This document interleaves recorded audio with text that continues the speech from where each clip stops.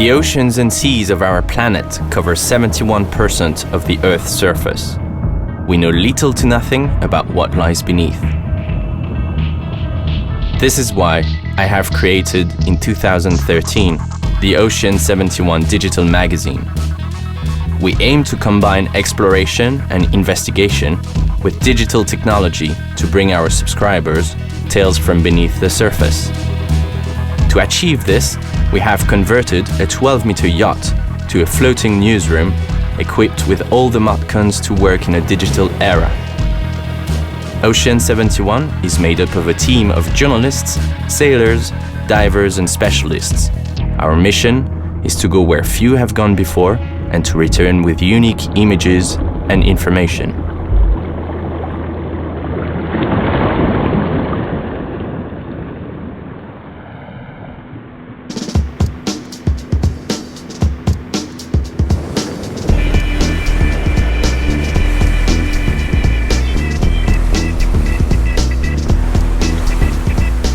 Leaving the Albanian town of Saranda in our wake, we head north to Oricum, just a day sail away.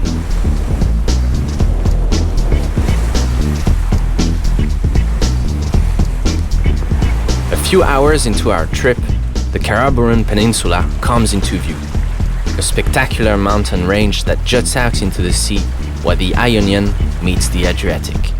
At this point, we're just 75 kilometers from the Italian coast. A giant crevasse in the rock catches our eye. We nose the exploration yacht in towards the shore and discover a vast 60-meter cave. It is too dangerous to take the yacht in any closer, so we launch the tender, anxious to explore.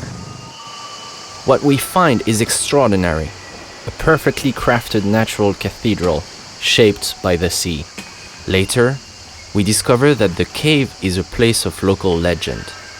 It is called Shpela Haji Aliut, Ali Haji's cave. We had stumbled on a pirate's hideaway. In ancient times, piracy and smuggling were a common occurrence in the Adriatic, and the opportunists using this hideaway would have been targeting ships carrying precious merchandise from the Middle East. Ali Haji's cave, concealed by the mountain, but with panoramic sea views, is perfectly situated for a stealthy attack. When you know that we discovered ancient pottery on the seafloor, it is further proof of this region's strategic importance as a crossroad in the Mediterranean. The military remains that we found beneath the surface further reinforced this theory, as did the wrecks dotted along the coast. As we follow the coastline around, we come across Albania's principal military base, Pasha Liman. Several years ago, 4 submarines supplied by the Soviet Union were based here. Today, just 1 remains. A contact in Saranda forewarned us to keep our distance. The base is still active and is home to Albanian troops and NATO. It is a sensitive area. By the end of the day, as the wind was picking up, we found the marina nestling between 2 sandbanks that served as a seawall. It was like nothing we had seen before. 20 boats were lined up along a single pontoon. We joined them. Basic, yes, but Oricum Marina has water and electricity, and that was all we needed to continue our research. Oricum sees approximately 100 cruising boats each year. In comparison, during peak season, the Greek island of Corfu welcomes several thousand. Albania is still tainted by its communist past. Most of the boats here are in transit from Greece to Croatia or vice versa. Only the curious venture in. Your date of birth. Our first encounter as we step ashore is the dockmaster. His name is Luan. He welcomes the rare European visitors that pass through and keeps an eye on the boats. There is not a single Albanian boat to be seen. We asked Luan why.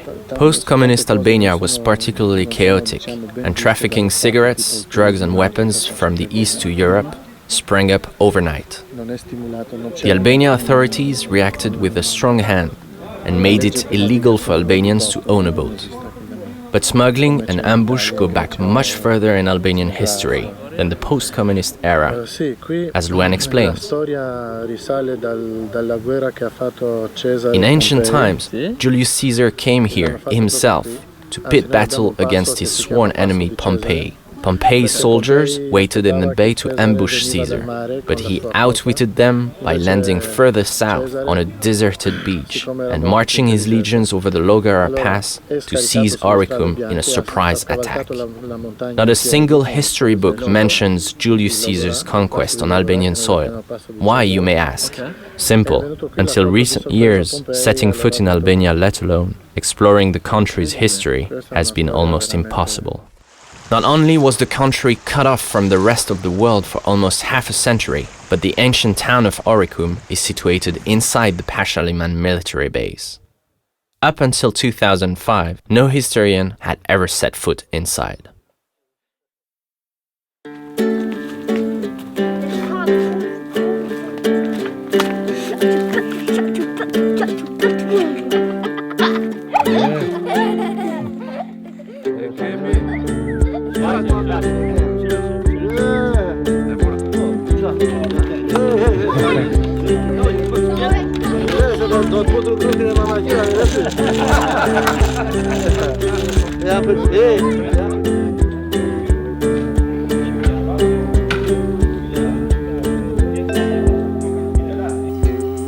Oricum has two faces, the ancient and the modern. We made the most of our time ashore to explore the area. Sadly, Oricum has suffered the same fast-track modernization as other Albanian towns, and in just a few years, high-rises have sprung up, transforming the valley. In this concrete jungle, a few clues hint at the historic duel that played out over 2,000 years ago between Julius Caesar and Pompey. We decide to get a bit closer to the military base. The track leads around the edge of a lagoon that borders it, and from this vantage point, we try to get a glimpse of the ancient site without drawing too much attention to ourselves. Nearby, in the countryside, we discover a beautifully preserved Byzantine church. There is an astonishing wealth of history here, lying undiscovered.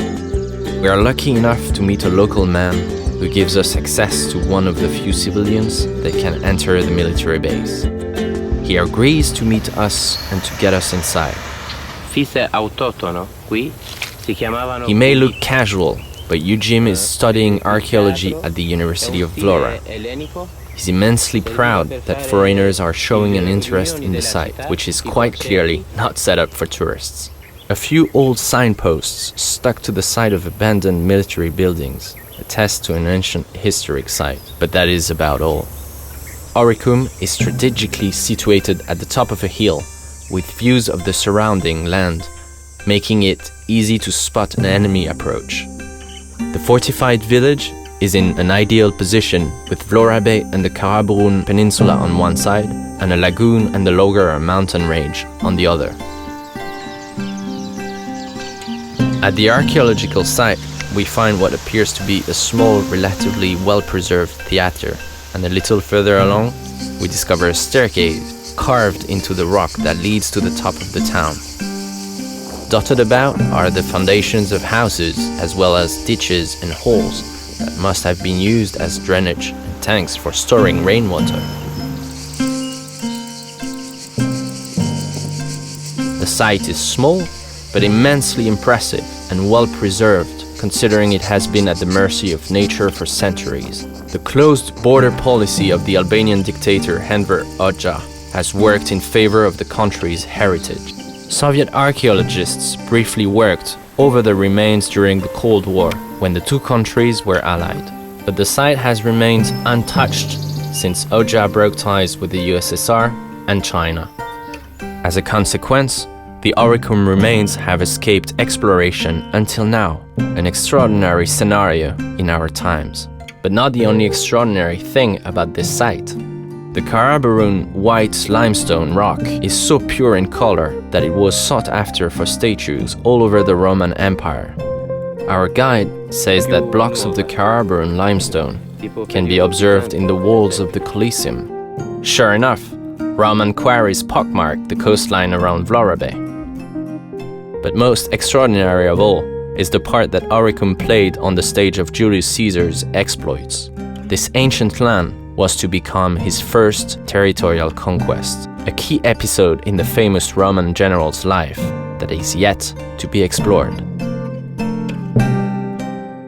As we are leaving the ancient site, Jim mentioned that a team of Swiss archaeologists visited Oricum a few years ago. He isn't sure whether they plan to return, but we are convinced that they will know more than anyone else about this enigmatic ancient site. Hot on the trail of information, our investigations lead us to the shores of Lake Geneva in an attempt to unravel the mysteries of Oricum.